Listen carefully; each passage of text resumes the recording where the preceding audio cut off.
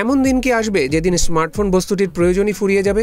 এই প্রশ্নের উত্তরে হ্যাঁ বলা লোকের সংখ্যা যে হাতে গোনা সেটা বেশ অনুমান করা যায়। ঠিক একইভাবে আজ থেকে 2-3 দশক আগে ডেস্কটপ কম্পিউটার নিয়ে কেউ এমন প্রশ্ন করলে হ্যাঁ উত্তর দেয়া লোকের সংখ্যাটাও কাছাকাছি হতো। অথচ আজ ডেস্কটপ ছাড়া চলবে না এমনটা হয়তো কেউ বলবে না। স্মার্টফোনের প্রভাব আমাদের জীবনে ব্যাপক। বহির্বিশ্বের সাথে যোগাযোগ রক্ষার্থে এই বস্তুটির কোনো বিকল্প নেই বললেই চলে। তাই স্মার্টফোনের প্রয়োজন একদিন ফুরিয়ে যাবে এমনটা ভাবা আজকের দিনে দাঁড়িয়ে খানিকটা দুষ্করই বটে। কিন্তু জনপ্রিয় সোশ্যাল মিডিয়া প্রতিষ্ঠান মেটার প্রতিষ্ঠাতা ও প্রধান নির্বাহী মার্ক জাকারবার্গ মনে করেন স্মার্টফোনের প্রয়োজন একদিন ফুরবে। কবে নাগাদ সেটা হতে পারে তাও জানিয়েছেন এই মার্কিন প্রযুক্তিবিদ। পাশাপাশি তিনি এও জানিয়েছেন স্মার্টফোনের জায়গা নেবে অন্য কোনো উদ্ভাবনী প্রযুক্তিপণ্য বা অত্যাধুনিক ডিভাইস। কি সেই প্রযুক্তিপণ্য আর কবে নাগাদ স্মার্টফোন যুগ শেষ হতে চলেছে, চলুন সেটাই জেনে নেওয়া যাক।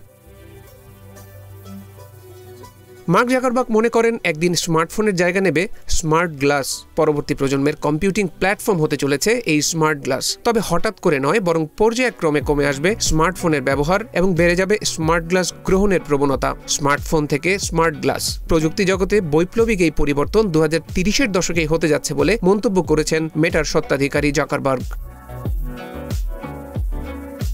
জাকারবার্গ বলেন, একটা সময় আসবে যখন আমাদের স্মার্টফোন পকেটের বাইরে নয় বরং ভেতরে থাকবে বেশি। আমি মনে করি এটা 2030-এর দশকেই হবে। আপনি হয়তো একটি কাজ ফোনে আরো ভালো করে ও পরিপূর্ণভাবে করতে পারেন, কিন্তু তারপরেও ব্যবহারের সুবিধার্থে ইউজাররা গ্লাস ব্যবহার করতে শুরু করবেন। উল্লেখ্য, গত সেপ্টেম্বরে অনুষ্ঠিত মেটা কানেক্ট ইভেন্টে প্রতিষ্ঠানটি তাদের বহুল আলোচিত ওরিয়ন স্মার্ট গ্লাস প্রদর্শন করেছে। অগমেন্টেড রিয়ালিটি বা বর্ধিত বা উদ্দীপিত বাস্তবতা বা ওরিয়ন গ্লাসের বাণিজ্যিক উৎপাদন শুরু হতে অবশ্য আরও 2 বছর সময় লাগতে পারে বলে জানা গেছে।